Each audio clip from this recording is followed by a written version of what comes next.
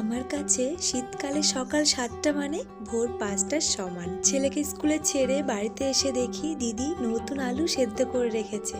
আজ রান্না করব গোটা আলু দিয়ে চিকেনের লাল ঝোল। আমার মা যেদিন যেদিন এখানে আসে সেদিন আমাদের ওখান থেকে মাছ, মাংস, শাক, সবজি আরও অনেক রকমের খাবার এনে কল্যাণী স্টেশনে বসে থাকে, দিদি বা আমি গিয়ে নিয়ে আসি। আজ মা পিঠে, পায়েস, গুড়, চালের গুঁড়ো, নারকেল তো এনেছেই, সঙ্গে চিকেন পাঠিয়েছে। মা অফিস করে বিকালবেলা আমাদের এখানে আসবে।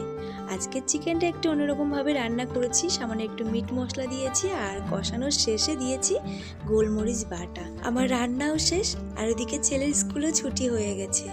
আজকের চিকেনের কালারটা দেখো, পুরো লাল লাল ঝাল ঝাল হয়েছে। বড়মশাই কাল আসবে, তাই ওর জন্য টিফিন বক্সে তুলে রাখলাম। ছেলেকে স্নান করিয়ে রোদে বসিয়ে দিয়েছি, তারপরে খাইয়েছি। তো চলো আজকে ভিডিওটা এখানেই শেষ।